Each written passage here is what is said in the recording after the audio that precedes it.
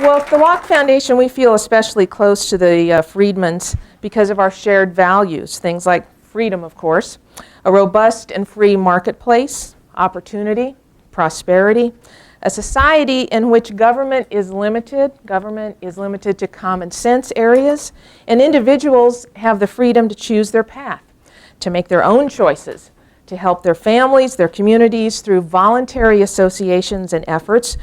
In other words, to pursue happiness in the way that works best for them. For us at the Locke Foundation, this is about fighting for your freedom today and ensuring your freedom for tomorrow. Thanks to support from the Friedman Foundation, Friedman Legacy Day 2016 here at Locke features guest speaker, trade attorney Scott Lincicome, who is a visiting lecturer at Duke University and an adjunct scholar at the Cato Institute. Now, in just a few minutes, Scott is going to be discussing U.S. trade policy and the influence of Dr. Friedman's free market legacy. First, however, we want to pay tribute to Milton and Rose Friedman, whose ideas have inspired generations of academics, politicians, policymakers, folks just like you and me, of course, to understand and to believe in the promise and opportunity of freedom, free markets, and educational choice. I ask you right now to direct your attention to the screen. For the first few seconds, you're only going to hear the voice, but then you will see a wonderful tribute to Milton and Rose Friedman. So that the record of history is absolutely crystal clear, that there is no alternative way so far discovered of improving the lot of the ordinary people that can hold a candle to the productive activities that are unleashed by a free enterprise system. But it seems to... They were intellectual giants, champions of freedom, advisors to presidents and prime ministers. There are two quite different meanings of free, which tend to get confused, and which it's important to keep separate. The first is freedom in the sense of the absence of coercion. The second is free in the sense of free lunch, in the sense of absence of cost. The two meanings are very different, and there are few more important sources of confusion about the proper role of government in our society than the confusion between the two very different meanings of the word free. Milton and Rose Friedman left an indelible mark on our society. There are very few people over the generations who have ideas that are sufficiently original to materially alter the direction of civilization. Milton is one of those very few people. When it came time to select the issue that would bear their name and become their intellectual legacy for the last decade of their lives, they knew the future success of our economy and our society depended on one thing above all: to shift people's thinking away from a system in which money goes to schools to a system in which money goes to students, and to educate the public at large about the importance of this issue. Now, more than 6 decades after Milton and Rose Friedman first introduced the idea of educational choice, and 20 years after establishing the Friedman Foundation, there are more than 60 programs operating in 30 states and the District of Columbia. Thanks to this one wonderful idea, millions of families across our nation are free to choose.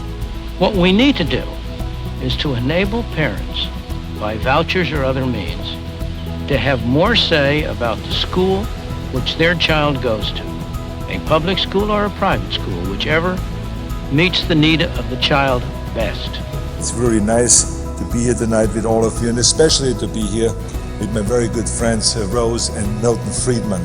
They're not only my friends, but they're my heroes. The Friedmans changed history. Thank you, Milton and Rose Friedman. They gave us an intellectual legacy that will live on long after this day. Thank you, Milton and Rose. Thank you, Milton and Rose. The future of education. Thank you, Milton and Rose. The future of society. Thank you, Milton and Rose. Thank you, Milton and Rose. Thank you, Milton and Rose, for letting me go to which school I want to go to. An idea that will stand the test of time.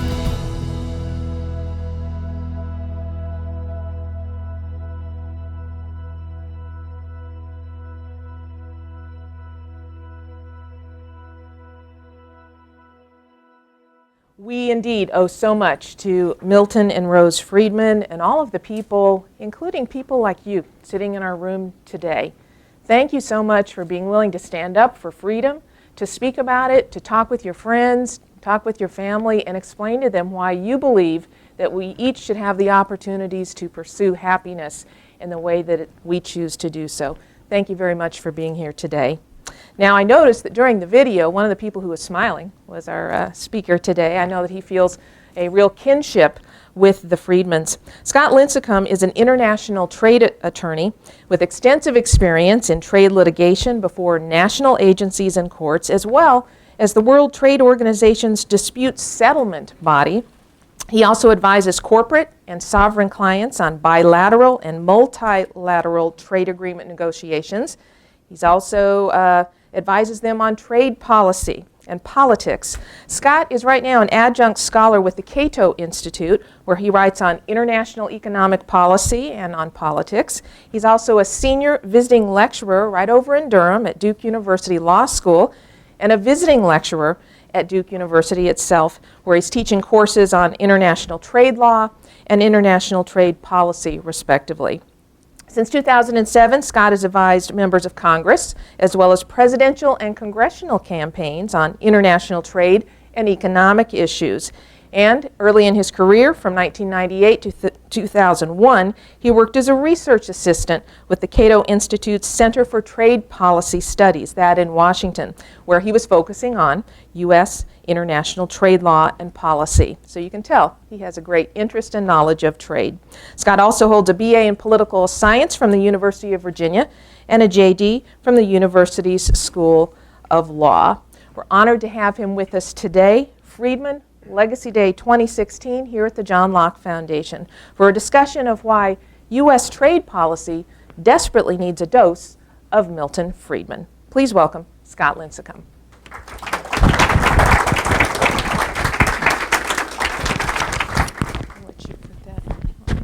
We'll do the wardrobe.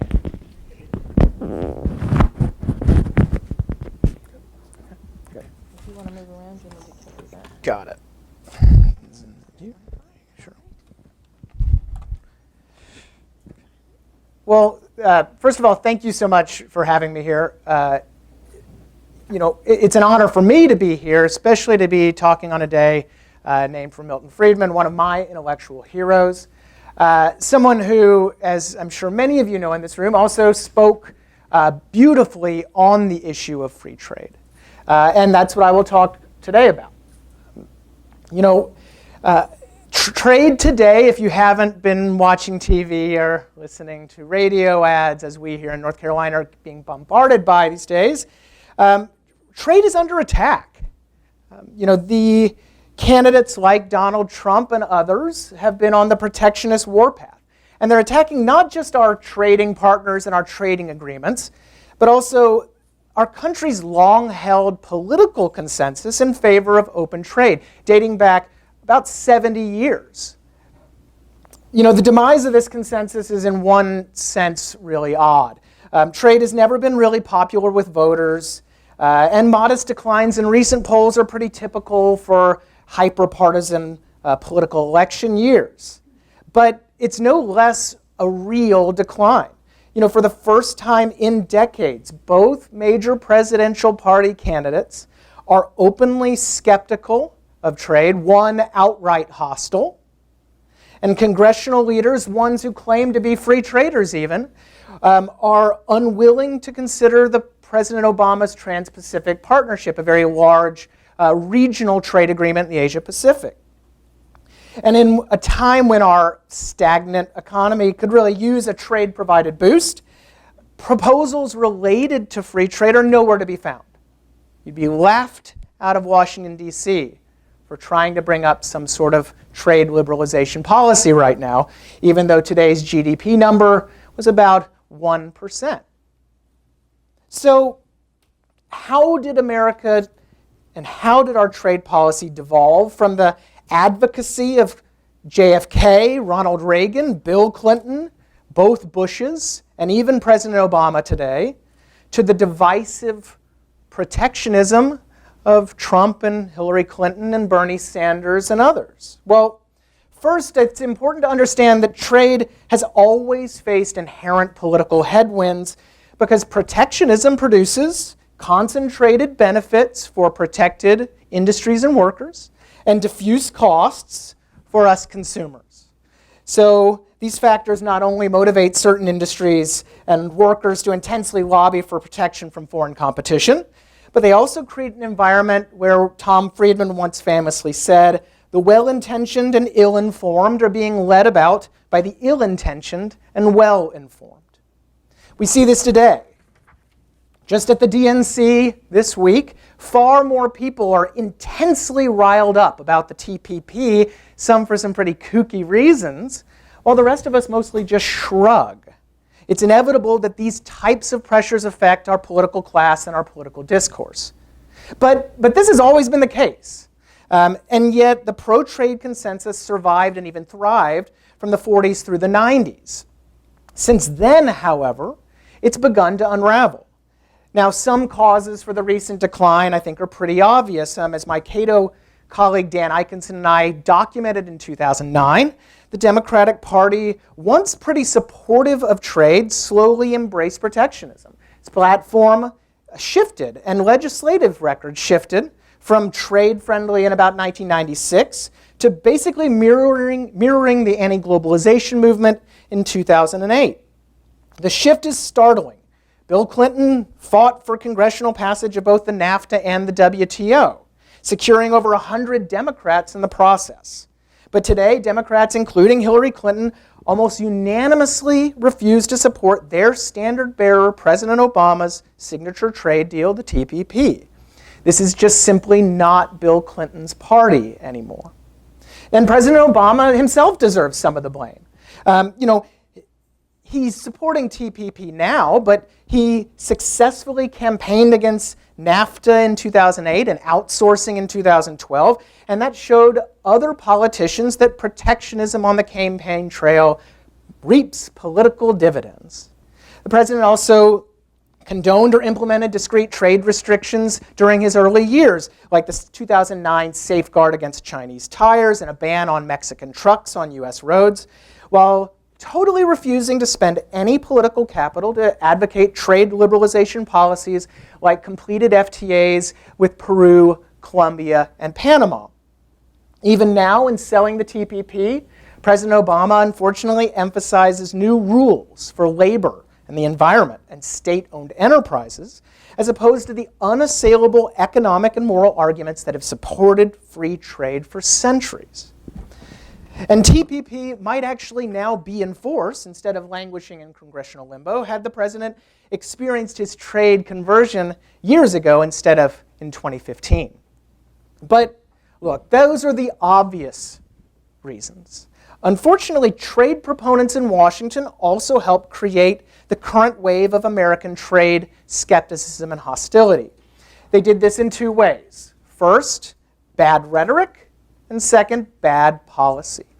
On rhetoric, our so-called free traders embraced a mercantilist message to sell trade agreements, a message that touts every deal by noting only its ability to generate exports and trade surpluses. Well, it seems like every quote from a politician or CEO touting the TPP or another trade agreement notes only how it will open new markets for US exports. Now, that's certainly true and good, but it's also highly problematic in terms of a longer-term battle over what free trade really is. It's problematic because mercantilism, and by preaching mercantilism, these groups fuel prevalent protectionist myths about the imports shrinking the US economy and costing jobs, and that the trade balance is some sort of handy scoreboard for gauging US policy. If, per the free trade folks, exports are the only good thing from an FTA, and if they only praise its projected trade surpluses, the unstated flip side is that imports and trade deficits are bad. Two things any legitimate economist, and especially Milton Friedman, would tell you are just flat wrong. At the same time, these free traders fail to attack the prevalent myths I just mentioned, leaving it to nerdy wonks like me with little voice and influence, and yielding the floor to loud protectionists like certain presidential candidates who wrongly blame trade for all of America's ills, including our alleged deindustrialization, we'll talk about that more in a second, and our general economic malaise. Now, Trump's rhetoric, heavy on trade deficit demagoguery and unsupported allegations of pervasive foreign cheating, is actually straight from the dusty old protectionist playbook.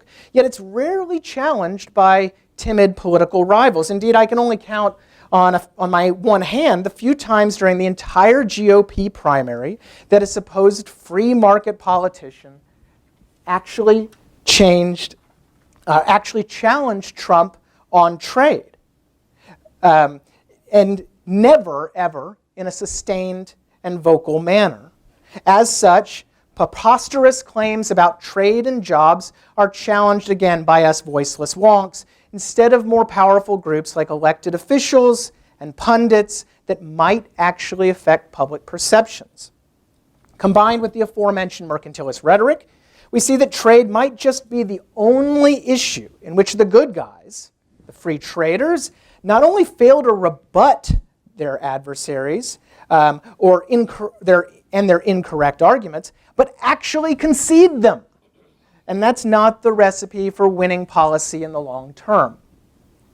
So trade proponents have also erred by consistently over-relying on economic data, particularly forecasts, to push trade liberalization policies. So not only are these data really boring, one of the reasons I'm not doing a PowerPoint today is I don't want to bore you with a bunch of numbers and stats, but they accurately predicting the impact of wide-ranging trade agreements and policies among sovereign nations is an impossible task, because trade flows and national economic performance rely on factors that often have little to do with trade policy.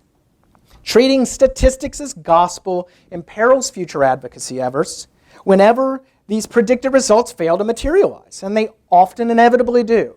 In fact, today, U.S. labor unions and other groups discount the United States International Trade Commission's new analysis of the TPP because the same review of the U.S.-Korea FTA a few years ago inaccurately predicted a shrinking bilateral trade deficit. Now, never mind that Korea's economy actually entered a recession shortly after the FTA took effect, thus crippling Korean demand for U.S. exports. None of that matters. On policy, there have been equal failures, this time bipartisan failures. Politicians have not adapted our trade policies, our labor policies, and economic policies to the realities of today's more globalized, more automated, connected world. Our policymakers continue to pursue trade liberalization only through reciprocal FTAs like the TPP, even though these agreements have these rigid tariff schedules and rules of origin that deter optimal sourcing decisions in fields defined by ever-changing global supply chains. Your iPhone, your smartphone is a perfect example. It's designed in America, assembled in China from parts made all over the world, including here, but those parts and suppliers are constantly changing due to various economic and social trends. Our FTAs, however, especially bilateral ones, lock manufacturers into certain arrangements that might not actually make the most economic sense. The result is higher prices and lower quality, and generally a muddled approach to trade. FTAs also can undermine public confidence in trade liberalization by treating the beneficial reduction of domestic trade barriers as a concession to be resisted by U.S. negotiators, and by traditionally keeping negotiations secret, and by promulgating arcane, heavily lobbied rules, for example on pharmaceutical patent protections or investor state disciplines, that give the not wholly unwarranted impression that current U.S. policy nefariously benefits only multinational corporations at the expense of American workers. Now, never mind that the vast majority of an FTA is simply the elimination of current government tariff and non-tariff barriers to free market competition, barriers that have been put in place over decades by heavily lobbied politicians. That is all obfuscated by the technicality and the process involved with the free trade agreement. So at the same time, non-trade domestic policy has not only failed to help workers and companies adjust to disruptive and growing forces like globalization and technology, but likely hinders this adjustment. I wrote in National Review earlier this year that trade has revealed, though not caused, a serious problem in our labor market. And this is a veritable collapse in the willingness or ability of U.S. workers to change jobs or find new ones when disaster strikes. Some of the decline in this labor dynamism, we call it, is natural for an aging workforce. But much of it stems from government policies that deter private savings, discourage risk-taking, and fail to help unemployed workers find new jobs in burgeoning fields. One of my favorite examples is that right now you can get a tax deduction for training in your current job, but you can't get that same deduction for training in a future job.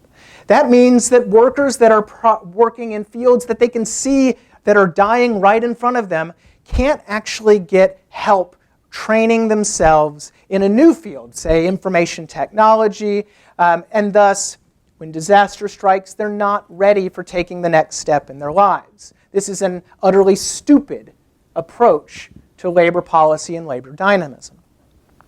Now, another good example is our Trade Adjustment Assistance Program, something you're probably going to hear a lot about if TPP ever does come up for debate. That program sounds great. It provides assistance for workers adversely affected by trade, but in reality, it is extremely costly and has been found to actually leave participants worse off in terms of future wages and benefits than similarly situated individuals outside of the program. We have dozens of training policies in place, and they all have been proven to be pretty ineffective at helping displaced workers find new work. TAA also, however, breeds the misconception that trade is somehow different from and worse than other forms of creative destruction, like technology or changing consumer tastes. You don't hear about adjustment for the guy who worked at the video store over at Cameron Village. Only the guy that worked in a textile mill affected by Chinese competition. That, again, makes no sense. Meanwhile, American companies are hobbled by one of the highest corporate tax rates in the world, an ever-growing mountain of overregulation, and winning support for increased global competition under these circumstances is a fool's errand. Other countries, such as Canada, have actually figured this out. They pursue a more logical mix of trade agreements and unilateral market liberalization, so lowering their own barriers regardless of what anybody else does, as well as corporate tax rate reductions and other mechanisms designed to ensure that Canadian workers and manufacturers aren't boxing with one arm tied behind their backs. So, this is the depressing landscape we now find ourselves. And it's why the protectionists on trade now seem to be winning the political battle, in my view. So, what do trade advocates do? Well, we need to learn from our errors. As I mentioned, we've seen failures both in policy and in rhetoric. So let's start with better policy. We need reforms of labor, tax, and trade laws that reflect the realities of a 21st century global economy. On trade, this means a simpler and more transparent, but broader, not narrower, mix of trade agreements, unilateral reductions in trade barriers that have for years been enriching well-connected cronies at most Americans' expense, and legal reforms that strengthen the ability of all workers and companies, not just those exposed to import competition, to confront inevitable market disruptions and to thrive in the global marketplace. The U.S. government must also be more willing to use legal dispute settlement mechanisms, particularly those at the WTO, and their anti-subsidy rules at the WTO, to ensure that our trading partners are held to account. But this can only be done after getting our own trade and subsidy house in order. You might not know this, but it's currently quite a mess. The reality is the United States provides billions of dollars in corporate subsidies to its own industry and corporations, and meanwhile imposes plenty of protectionist measures on its own. particularly in the form of non-tariff barriers and what we call trade remedy measures that I'll talk about in just a second. But that's the policy side. Policy's tough. Rhetoric is actually pretty easy, and we really need better rhetoric in the area. And this really brings us back to Milton Friedman. So as I've written a few times for Cato, long-term polling from organizations like Gallup and Pew indicate that the opinions of a lot of Americans on trade are loosely held, shaped by partisanship, and capable of shifting in response to improved trade rhetoric. So a good example of this is that in the years leading up to President Obama's tenure, Democrats really didn't like trade. All of a sudden, President Obama gets office, and next thing you know, Democrats do like trade. Meanwhile, Republicans have soured on trade. So there's a significant shift in public opinion that really is to do with more loosely held and malleable opinions. These people are ripe for the taking for a better trade message. So going back to what we know about trade, all of this makes perfect sense. I mentioned concentrated benefits and diffuse costs before. Most people don't know or care much about free trade, and they don't know someone hurt by import competition. Polls show under 20% of Americans have a friend or family member who actually lost a job because of trade and imports, or at least they think.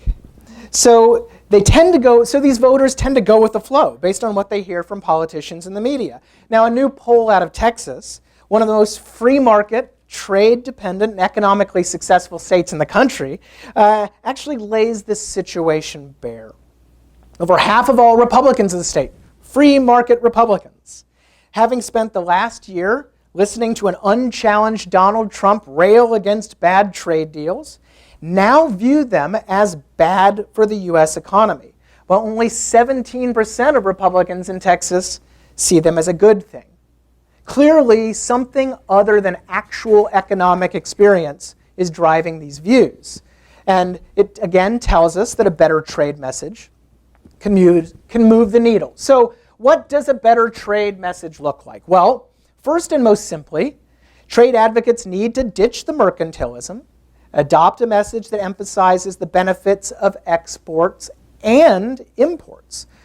Over half of everything we import is stuff used by other American manufacturers to make globally competitive products. So lowering domestic trade barriers is a tax cut for these downstream companies and their workers. And these are workers, by the way, who outnumber their upstream counterparts by 10 to 1 or more.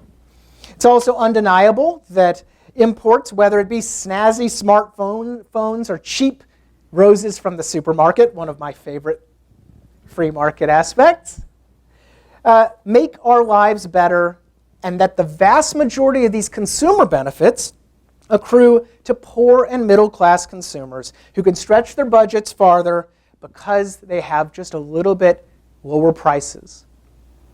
Free traders never seem to mention, at least those in Congress and in the business community, these simple facts. And by ignoring them, like I said, they sow the seeds of their own rhetorical destruction. Second, free traders must be more willing to attack common protectionist myths. As I just mentioned earlier, the protectionism you're hearing on the campaign trail these days is really just the same old shtick that guys like Pat Buchanan have been peddling for decades, revolving around a few well-worn myths about, for example, the supposed death of American manufacturing, the misery of an expanding trade deficit, or pervasive foreign cheating. Each of these arguments, however, is obviously manifestly incorrect. For example, yes, the number of U.S. manufacturing jobs has declined, but that started long before NAFTA and China's entry into the WTO, going back really to the 40s. And it's been going on in almost every country in the world due to productivity gains, things like robots, not trade. This is why manufacturing output in the United States and value add are actually at record highs, while worker earnings are way up. This is what productivity does. American manufacturers today efficiently produce over $2 trillion worth of goods each year. And the United States is the world's second largest manufacturing nation. North Carolina, I looked up the stats right before this event, produced $63 billion worth of manufactured goods in 1997, produces $100 billion today. That's a 58% increase during the time of NAFTA and the World Trade Organization and the WTO. If you look at these numbers closely, what you see is that textiles decline while computers and chemicals go way, way up, reflecting our state's natural evolution, something that trade helps promote. And that many of these manufacturers in our state actually rely on imports. Lenovo, for example, to make computers imports inputs from China to make other products. And they make about $10 billion a year worth of computer products in this state. So the idea that we don't make anything anymore is simply incorrect. We just don't make t-shirts anymore. We make satellites. We make airplanes. Things that you might not see at Walmart or Target, but things that provide much better, much higher paying jobs. The second myth is on the trade deficit. Yes, the trade deficit has expanded in the last few years, but any economist will tell you that trade balances are mainly about national savings and consumption trends, not trade. And they tend to track a country's general economic performance. The U.S. trade deficit is actually matched by the laws of economics, an equal amount of foreign investment. So that's buoyed in part by the dollar's role as a reserve currency. So this is why for the last 30 years, there's actually been a very strong correlation between an expanding U.S. trade deficit and accelerating U.S. GDP growth and accelerating U.S. manufacturing output. So to put this quite simply, as our trade deficit has gone up, concurrently GDP has gone up. Manufacturing output has gone up. And that's certainly not to say that the trade deficit caused these things. It's simply to belie the idea that our trade deficit is some sort of harbinger of economic doom. It's just simply not true. Indeed, the last time the U.S. trade deficit actually shrunk significantly was during the Great Recession, a little fact that protectionists rooting for a smaller trade deficit can never quite seem to explain, though they're rarely asked to. And yes, our trading partners occasionally cheat, whether it be through subsidies or intellectual property theft or barriers to U.S. exports.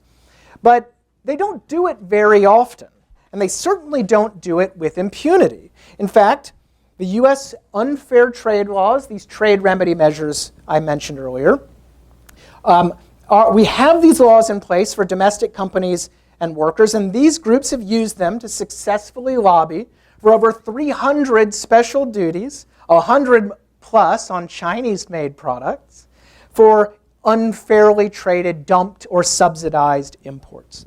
Meanwhile, about 95% of all imports are actually enter into the United States under fairly traded conditions, under these same laws. Laws, by the way, which are heavily influenced and biased towards the domestic industry already. The United States has also brought about 100 cases to the dispute settlement body at the WTO, winning almost all of them. And finally, like I said, it's not like US companies themselves don't receive billions of dollars in corporate subsidies themselves. So other myths are out there, for example, on FTAs and American sovereignty, and they're similarly wrong, and they warrant a much stronger pushback. As the election and recent polls make clear, the pro-trade camp's current head-in-the-sand approach really isn't working.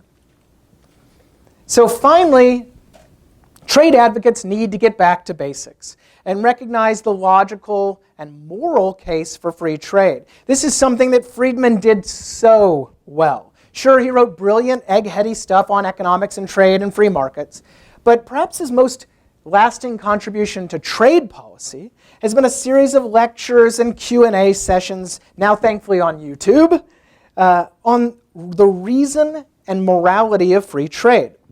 Whether it was describing the wonder that is voluntary cross-border cooperation to make a surprisingly complex pencil, or simply questioning audience members' assumptions about whether we should welcome or oppose foreigners subsidizing our own consumption.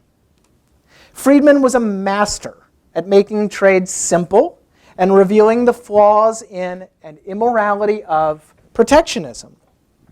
Free traders need to get back to this and to talk about trade not as some zero-sum competition between countries, but as voluntary, mutually beneficial cooperation among free individuals. To explain how quotas and tariffs and other barriers to trade are nothing more than government intervention in our daily lives. Intervention that doesn't arrive naturally or by accident, but through lobbying and cronyism. Protectionism results from this intense lobbying by well-connected groups who want to block competition and force us American consumers to subsidize, through higher prices and taxes on imports, their businesses. Free trade, and most aspects of free trade agreements, by contrast, seeks to remove government from the picture, to let Americans transact with whomever they want, however they want, whenever they want. Even worse, these hidden taxes caused by protectionism disproportionately hurt poor consumers who must pay more of their daily budgets for necessities like food and clothing. Americans, especially conservatives and libertarians, seem to get these moral points in most areas of policy, but they forget about them in trade. We recoil at the thought of putting health and human services between us and our doctors, but openly lobby to put the Department of Commerce between us and our merchants. We oppose subsidies to Solyndra or giant agricultural corporations, but celebrate when protectionists succeed in getting the federal government to force poor American consumers to subsidize giant steel and textile corporations. This divergence really needs to change. Protectionists must no longer be given free rein to set the terms of the debate, to claim to speak for the little guy, and to mislead with impunity. If they want to fight, free traders should give them one. We have not just the factual, but also the moral high ground. Now, what's at stake here, in close, isn't just about trade policy. Friedman once pointed out that interferences with international trade appear innocuous. They can get the support of people who are otherwise apprehensive of interference by government into economic affairs. Many businesses may even regard them as part of the American way of life. Yet there are few interferences which are capable of spreading so far and ultimately being so destructive of free enterprise. In this way, Friedman understood that protectionism is often the gateway drug to other forms of authoritarianism and government intervention. And it's a big reason why I and others fight it. But the fact is that until trade proponents learn from their failures, until we change course both rhetorically and in policy, and once again approach a more Friedman-esque approach to explaining and defending free trade, the Donald Trumps of the world will keep on winning, and they will ensure less freedom and a lower standard of living for us all. Thank you.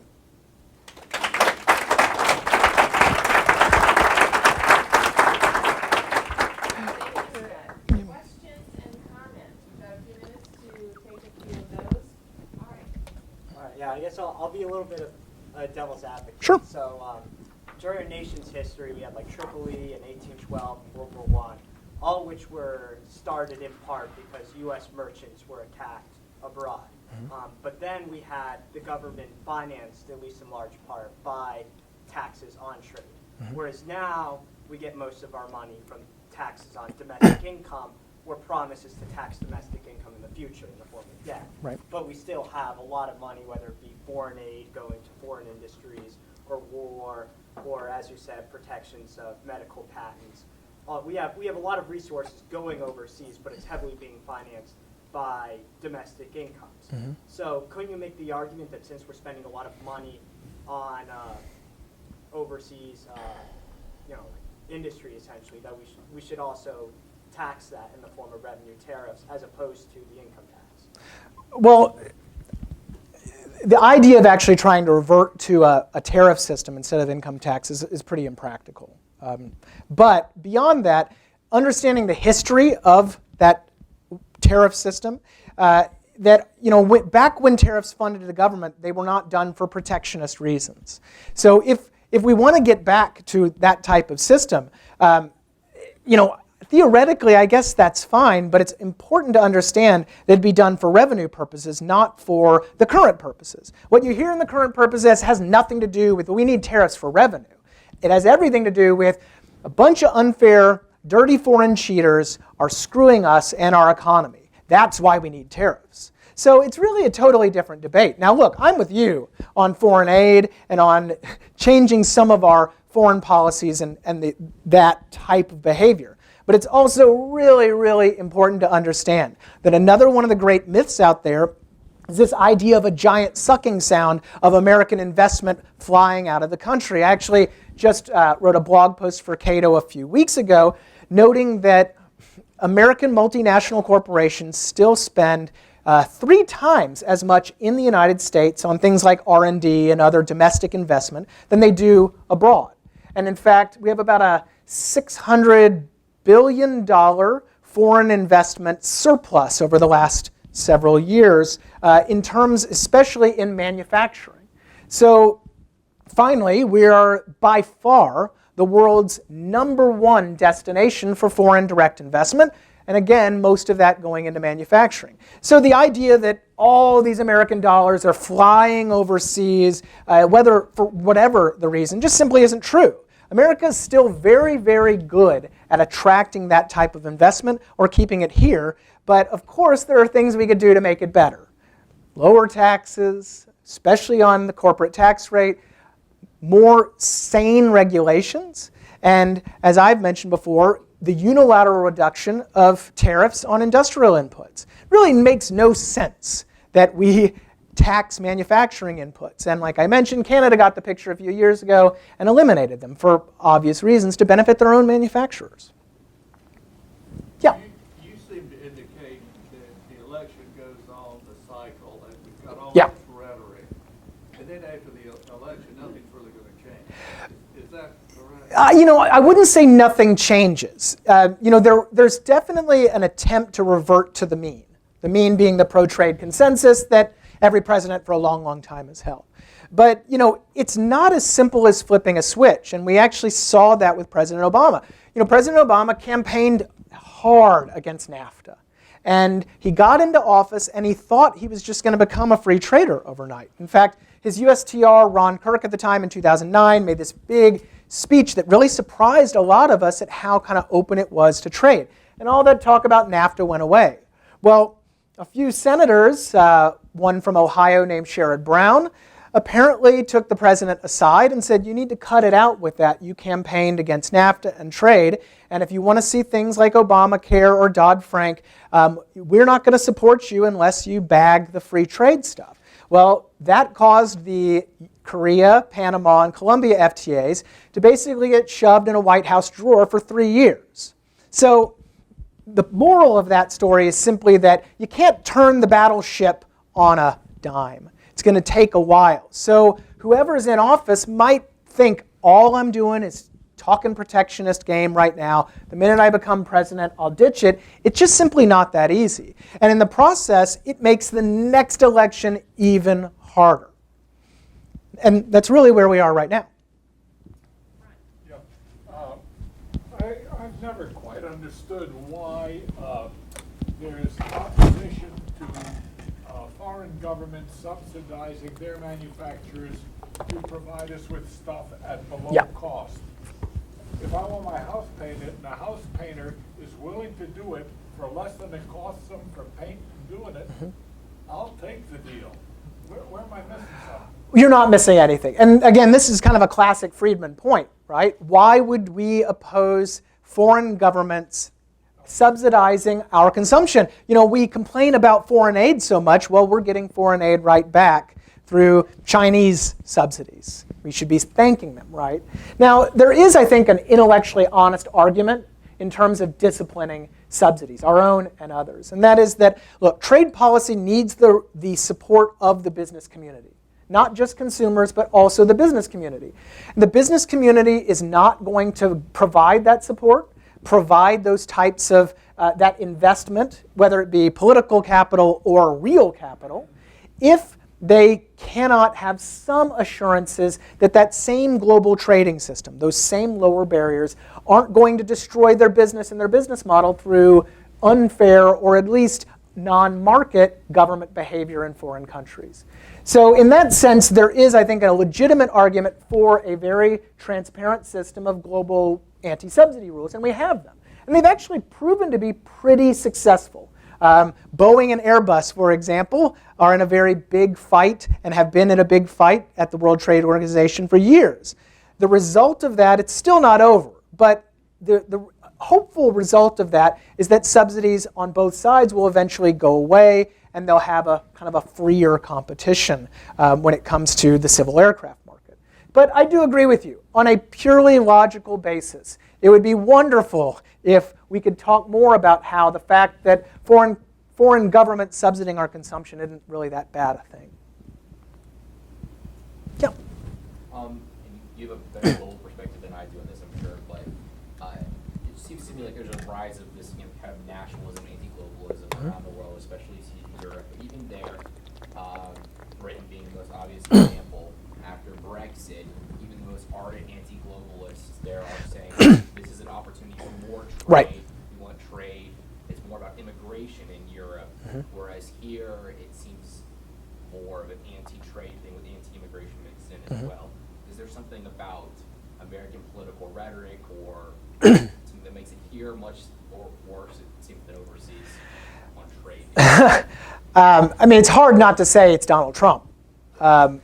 Because it really, I mean, let's face it, for decades and decades, the Republican politician was the kind of adult in the room on trade and trade policy. That's going away. Well, what does that do? We're now seeing, ironically, a race to the bottom in terms of trade rhetoric. Hillary Clinton has to match Trump on TPP, and now she has to match him on NAFTA. And you're seeing that ratchet down. I mean, I don't think that reflects a reality. I mean, I think, of course, some workers in the United States have been adversely affected by import competition. That type of competition, that type of disruption is a feature, not a bug, of free market competition, innovation, technological change. These are typically things we root for. But yes, they do create real harms. But there's not some sort of disproportionate harm compared to anywhere else in the world. The only caveat to that, of course, is like I talked about, we really have seen a collapse in labor dynamism and the ability of workers to adjust to these types of conditions. That, and it's significant. I mean, it really kind of fell off the charts in the mid-2000s. And that creates a bigger problem. You're not going to complain or be as upset about losing a job to import competition if you have a new job in a new field. You are going to be more upset, and of course political leaders will be more upset if these individuals are still, struggling, unemployed, or working at really low-paying jobs. Chris? Yeah. In the last 15 years, a musical group I play in has been playing at the graduation at the Fuqua School of Business for their full-time MBA students and their cross-continent MBA students. I have seen, witnessed, listened to a gradual increase in the emphasis on social obligations by student groups. You're laughing. He's laughing. By the student graduates and the commencement speakers, the keynote speakers. Is this something that is emphasized just at Duke? Or is this something you in the business school, or is this campus-wide or countrywide? But it has definitely been obvious to me. It is rare that I hear a conservative keynote speaker, and I find it. I sit there and I listen to this, and as I said, it's been a gradual increase over the years. So, and what do you mean? What are the types of policies or ideas, or are you talking like corporate social responsibility? Yeah, corporate social responsibility. Okay. Yes. So I don't think it's funny. A lot of this isn't really a conservative or liberal thing, in my opinion, on the corporate social responsibility side of things. I mean, I think this is CSR, as we call it, can often simply be an attempt by multinational corporations to paint their activities in foreign countries as being nicer and more moral. Now, those of us who understand free markets, who understand global economic development, understand pretty well that simply their activities in that country without all the wine and roses are pretty good for economic development. But let's face it, the perception is different, and I think a lot of it is marketing, as much as it is conservative versus liberal policy. Yeah. So I haven't entirely thought out this question, so forgive me. Sure. Your argument about the issue of rhetoric. Mm-hmm. We're losing the same argument in the minimum wage argument in the United States right now. No one is even confronting the fact, morally, that why shouldn't I determine what my painter gets by negotiating? Why shouldn't I determine what my babysitter gets by negotiating?